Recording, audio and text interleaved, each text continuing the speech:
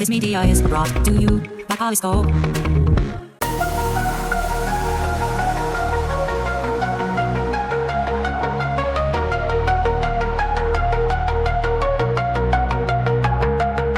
In the realm of tomorrow, where techniques mind, we ponder, we dream.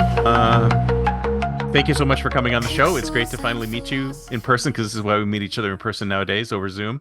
Yes, So why don't you great tell to us a meet little you. bit about yourself and your organization and what you're passionate about?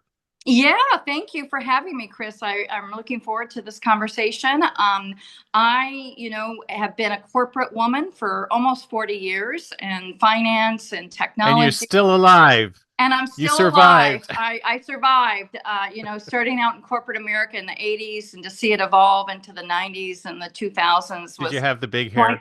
Did you I have the did big have hair? the big hair and the suits, the preppy suits and all of that. So I was wearing those high heels and running between New York City and Chicago and California. So Wow. it was fun. It was a lot of fun. I had a lot of energy back then, but as you age and as 40 years of travel and on the road, it wears on you. It does wear on you. But now I've pivoted and I'm focused on health, soul health in particular, and how I got here from, let's call it fintech to soul tech or soul health is, I always took the invisible, like, trading mechanisms. You don't see those stocks being traded on a daily basis, taking that and turning it into a visual, right? And that's what I'm doing about soul health. Let's start talking about our soul. We can see our physical bodies.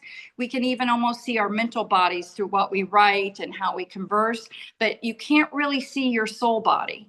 And so I am passionate about getting the word and the connection back to you in everyday language. So I'm all about the soul, and let's start defining it. Let's start talking about it.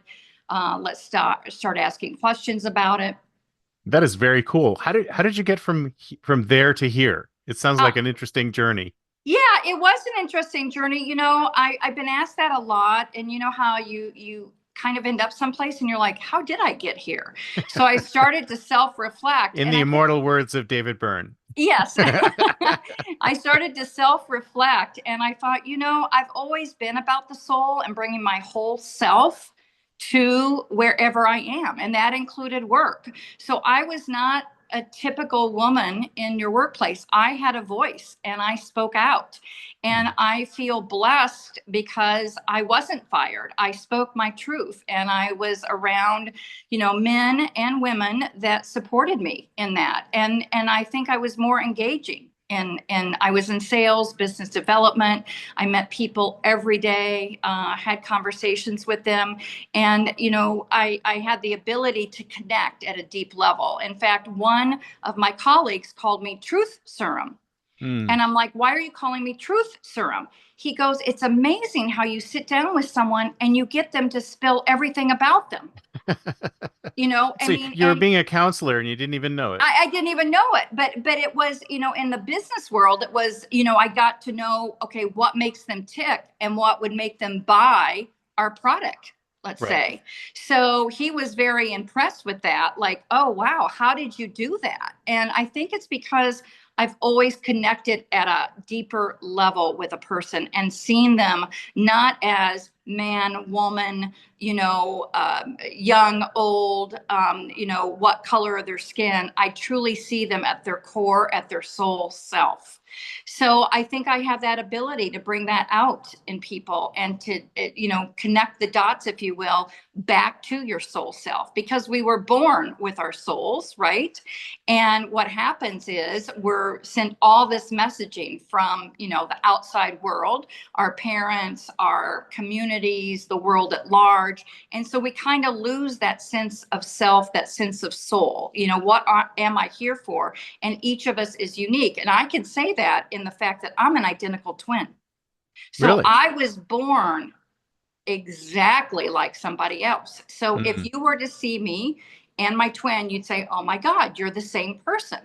And it's, people are like, how is it growing up a twin? You're like, it's a little different, but I don't know anything else. I was always compared to somebody, and they're like, well, you're exactly the same. And I would always say, no, we're different. Even though our physical body genetically on the outside that people saw were exactly the same, our souls are different. Mm-hmm. And that's what makes us different. So that's, again, I was born into this, hey, I'm more than my physical body or a female or, however you want to, class, us humans. I'm different, and so I think I'm taking that and bringing it to the world and saying, okay, everybody, let's talk about your soul health, because we talk about your physical health, which I call organ health. So, and part of me says, okay, you go to the doctor. Let's say you have a heart problem, and let's say the doctor says, we've got to do heart surgery. Do you give your heart? You say, okay, doctor, here's my heart, and I'll see you later. No, because when I first started talking about this, they would say, well, your soul is about religion. No, it's not. My soul belongs to me. It just so happens our culture said, oh, let's give your soul to religion. Religion is just like, okay, I go to the doctor for my organ health. Maybe some people go to religion for their soul health. Mm-hmm. That's fine, right? That gives them discipline. You don't necessarily or have to go to religion for soul health. I mean, no, you don't. It's just one of the resources. Why I say that, because I'm not particularly a religious person, but why I say that is because people just kept saying to me over and over, oh, you're talking about religion. yeah. No, I'm well, not. when you hear the term soul, you immediately think religion. It's almost like those things are interconnected, but exactly. they aren't. They're not. And so when you talk about health, what do people think about? They think about your physical health. Yeah. Now maybe they're thinking about your mental health because it's so talked about, and that is so needed. Yeah, right? wellness in general and things like that. Yeah, the wellness in general. But there's three legs to this stool: your mind, your body, and your soul. Yep. So we've got the mind and body. So if I were to see you, grabbing coffee, Chris, how are you? You would say, I'm great, or I just ran 5 miles, or, my physical health, or I'm recovering from my heart surgery. Whatever you just say, it usually is about your physical being. And maybe you encountered a great, happiness, a joy, a wedding, a birth, something that brings you joy. So mentally you might be also, wow, we just had this joyful event in our family, but no one really asked about your soul. So let's start asking people about their soul health. So I love that. I love that concept, but how do you define the soul then? So that's what I'm aiming to do, right? Is defining the soul. So I start with the grounding of yourself through your senses, because we are really taking it outside in. So you and I, again, we both have a sensory system that's been with us since the day we were born. But yet your senses tell you, I like this color, or like this fragrance. Mine might say something else. So that's unique to you, just like your soul is unique to you. So let's start with your senses and then go to your soul. And that's through the nervous system, through your emotional system. But let's get to your energetic being. So it also, you start with your senses, then you get to know your energetic being. How are you feeling energetically? Are you vibrating, if you will? Because I believe in the quantum physics, thus the quantum sense is the name of my company, is that we're all energetic vibrational beings. So let's start talking about that as well. And then the more you talk about how your senses and your environment, your outside environment impacts you, you get to know yourself at a deeper level. And then you go to your emotional state, right? Am I living in fear or living out of love? There's only two ways: love or fear, positive or negative, thriving or surviving. So if we look at it that way, how am I doing on a daily basis? Most of us fluctuate between those two, right? Positive, not just negative. on a daily basis, but on an hourly per minute on basis. an hourly really. basis. At the end of the day, I want you to take account of how many thrive modes versus survive modes, or how many positive versus negatives, however you want to approach it. But there's two columns. So what you want is the positive to be more prevalent in your life.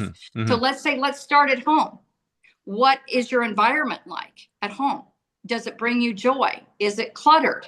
Is it have old things from your family that you really never liked? Is it, with pictures of people that you don't even like? Bring joy into your life at every level. And that's going to connect you because your soul is vibrating at that higher level, that love base, that higher vibration. And yet we hide it, right? Because of our conditioning, because of, the negativity in our environment. And, back in the day, we're talking thousands of years ago, we were in survive mode. I would beg to say you and I and everyone else listening doesn't have to think, where am I going to get my food source? Right. We can go to the grocery store. We can go to a fast food, a restaurant, our refrigerators. We're not thinking, oh, what animal am I going to go out in the jungle or forest and kill today? And will there be one? And oh my God, my neighbor might get to it first. That's survival mode. We're not in there. We're in an environment of plentiful resources.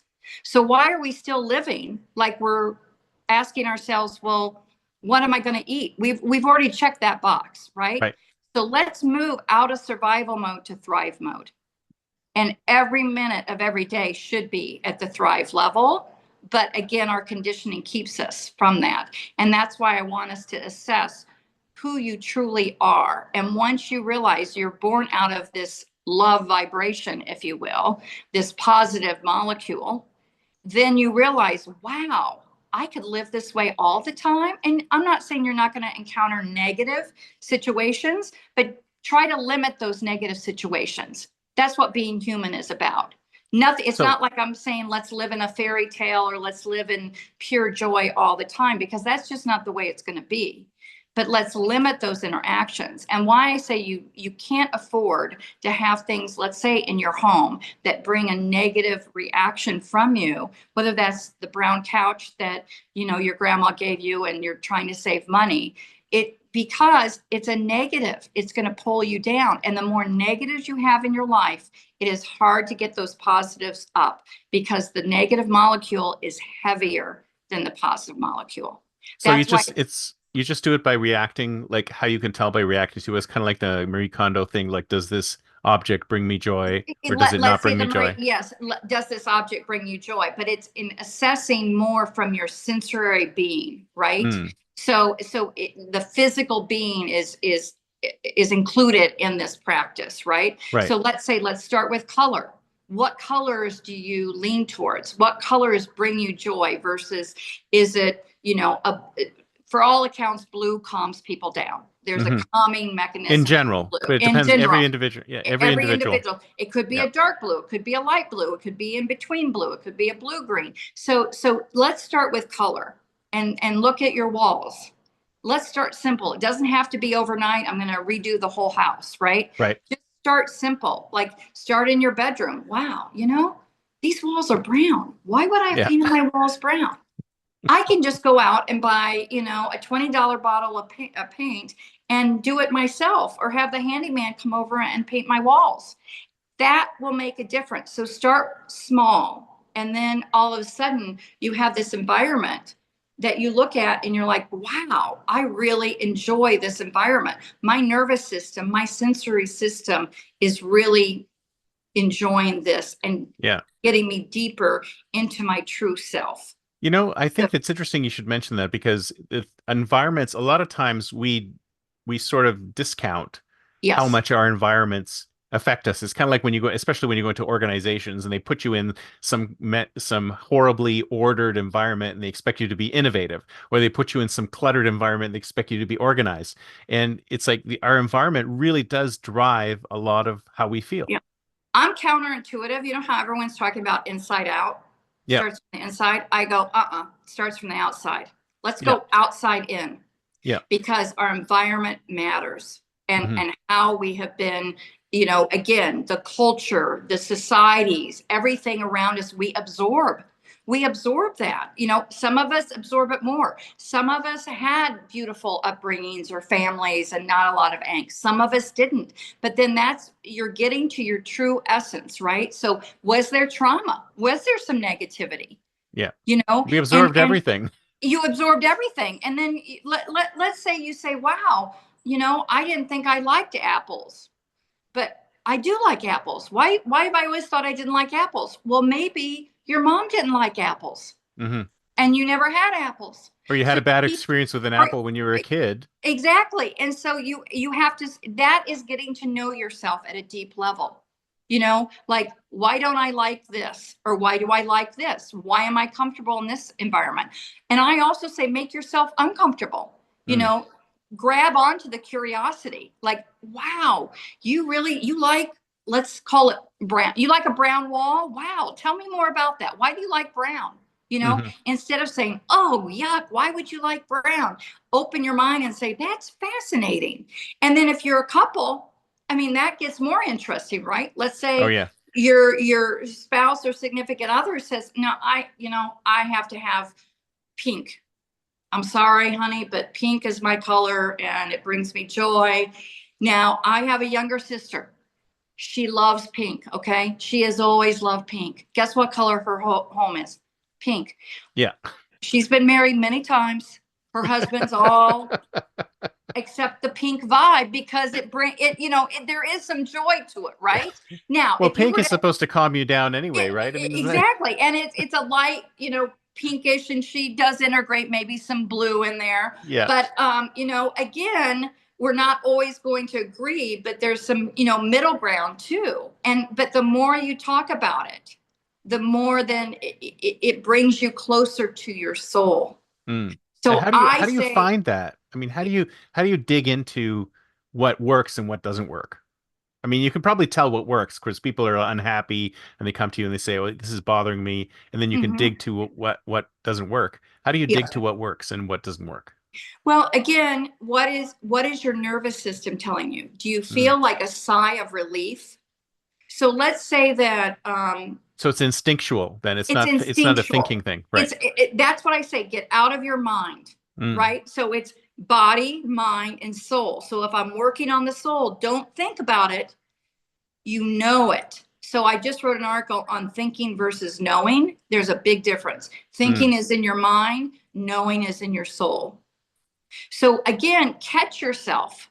If let's say that you think this, if you say, I think this to be true, you're doing your mind. Your mind is a filter that may have some preconditioning to it, right? So let's say this XYZ is bad. Well, why?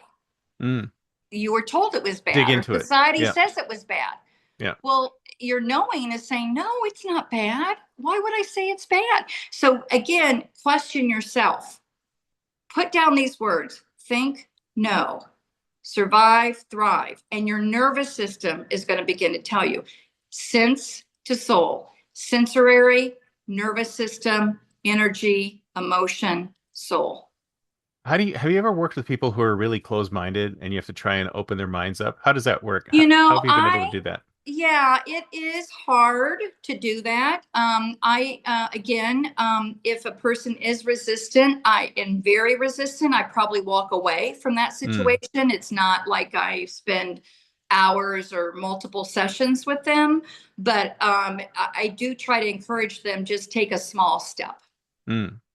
Just take one step. What word resonates? Of all the words that I put in front of you, again, it's the opposites, right? The survive, thrive, positive, negative, love, fear. Which one resonates with you? And just carry that with you, and just every moment, if you can, because life is made up of moments. We're just having a moment here, right? Yeah. So it's made up of moments. So every moment at the end of the day, say, how many positive moments did I have? And positive meaning resonated with your nervous system being. So does your body tense up? Does it relax? Is there a smile on your face? Do you light up? Do you stand up taller? Notice it's kind of how you felt emotionally in that moment, as opposed to thinking about it. Exactly. You know how you can walk into a room or a party and you're like, the vibe is a little heavy here, or or just a little rough, or whatever. You're not feeling great. And you stay, and then you walk out and you're a little depressed afterwards. Yeah.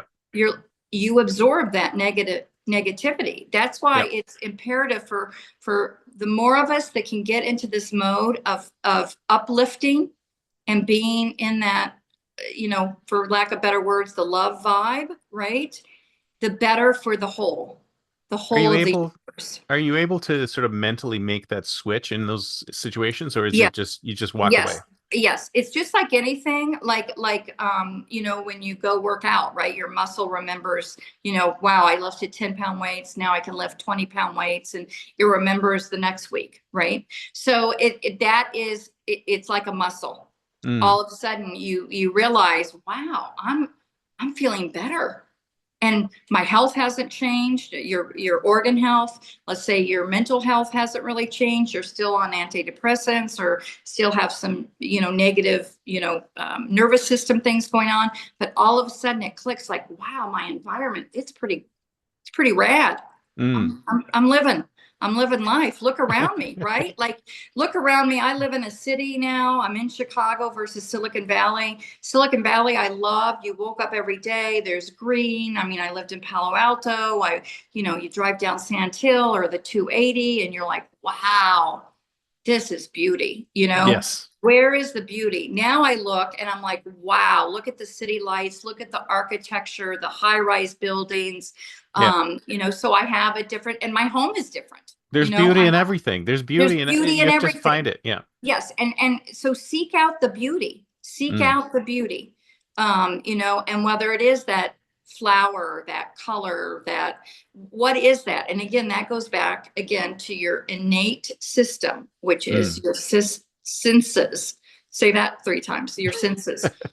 So sense to soul, and that's wake up every day and say, wow, what am I seeing around me? Yeah. And I think And what's you're like, happened is that I think we use our brains too much, right? We absolutely, we absolutely. we try to think through and power through with our Yes. reason when we should be falling Yep. back on our instincts more and our emotions. Yes. And that's why I say watch your speech, because when Mm, you say, I think instead of I know.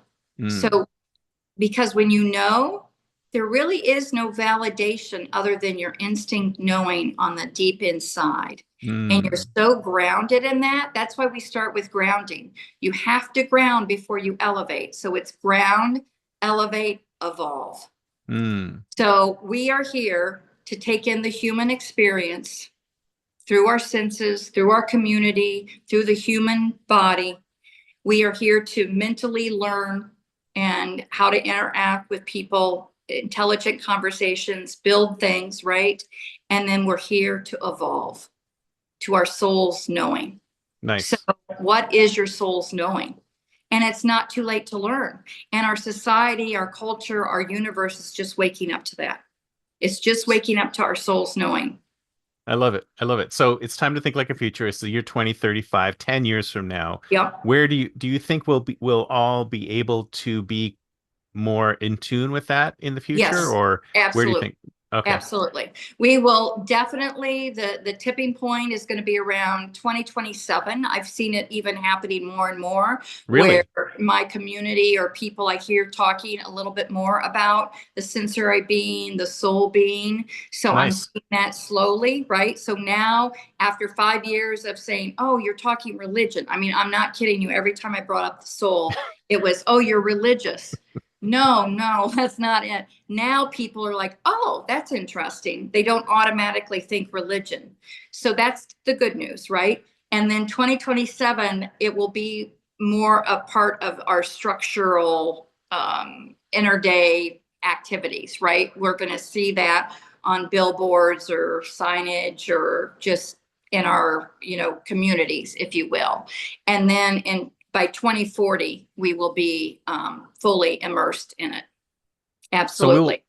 Will it be like a whole industry around it, or how will how It will will that be instantiate itself? it will be a well-being industry, but what will Hmm. happen is, okay, so as I talked about organ health, that's always going to be important. Go to Yeah. your medical doctor for your organ health, heart surgery, stomach surgery, cancer, but also we're going to, and then mental health, you go to a psychiatrist, etc.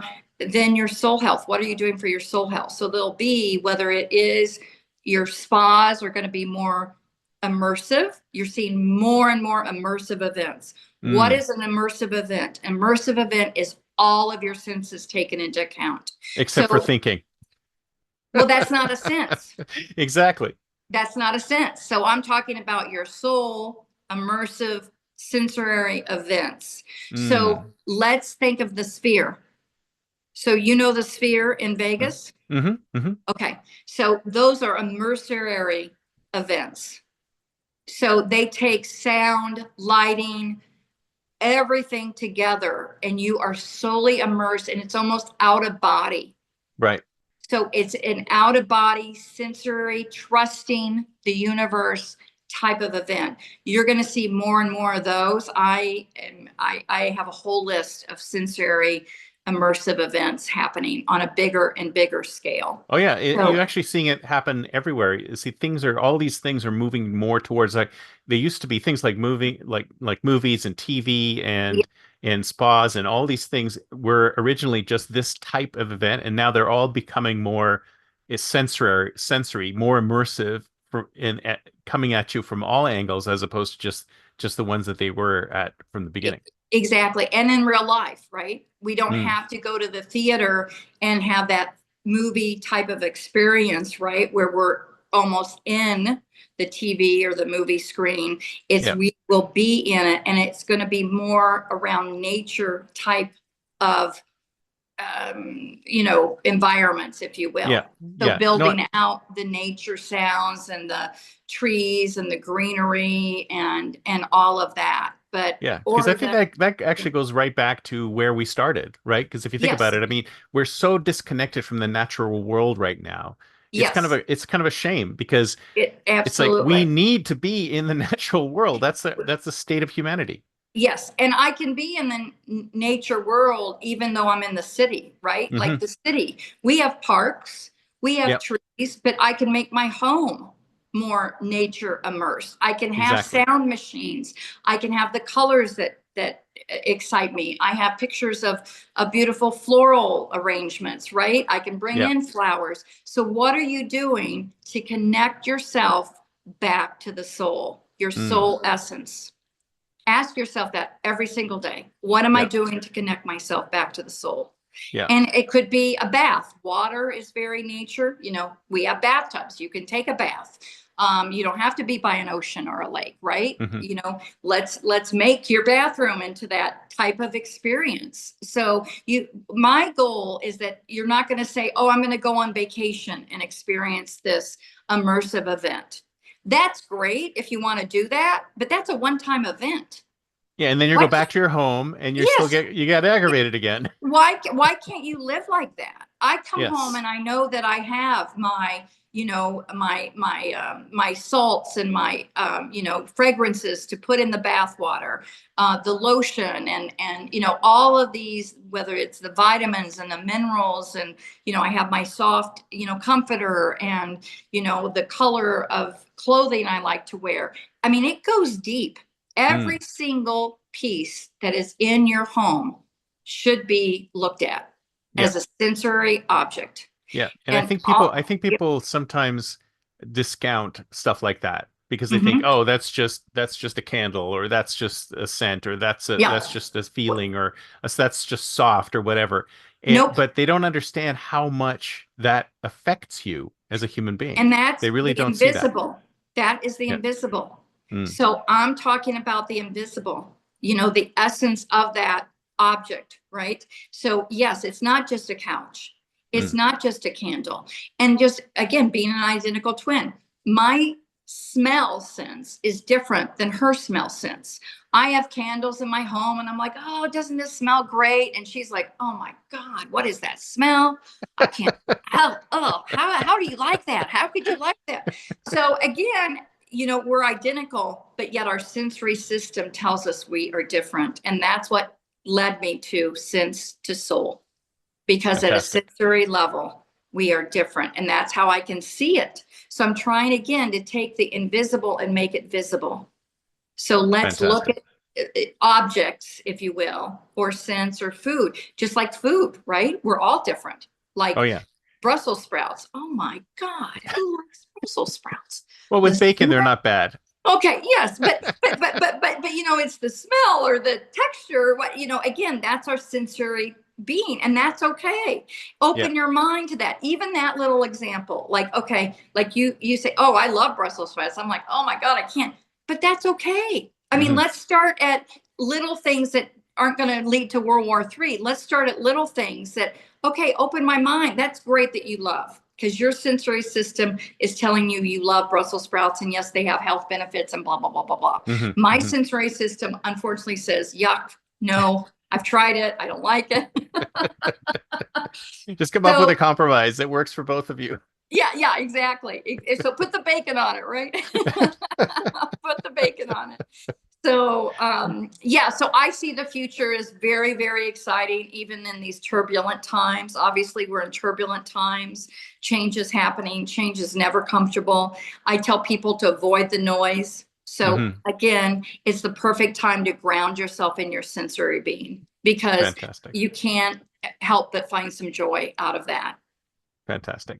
So this has been fascinating. I agree with everything you've said so far, and I'm kind of shocked at how people just think that is not as important as it is, because it's incredibly important. It is so important, and it will be the future.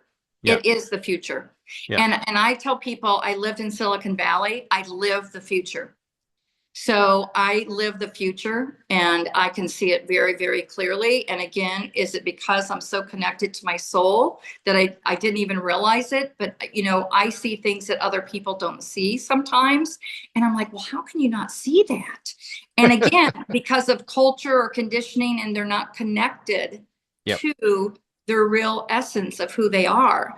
But I did like being in Silicon Valley because of, the creation of the future. Exactly. Well, this has been fantastic. Thank you so much. So if somebody wants to get in touch with you, what's the best way? Go to my website, thequantumsense.com, or come to my LinkedIn page, which is Pam Buchanan. Love to have a conversation. Please reach out. Open to one-on-one conversations, open to group conversations, and bigger events. I would love to teach the workplace how to thrive. Fantastic. Well, I'll put all the links in the show notes so they can come directly to you. So thank you so much. Wonderful. It's been great. Thank you, Chris. Thank you so much. Bye. Bye-bye.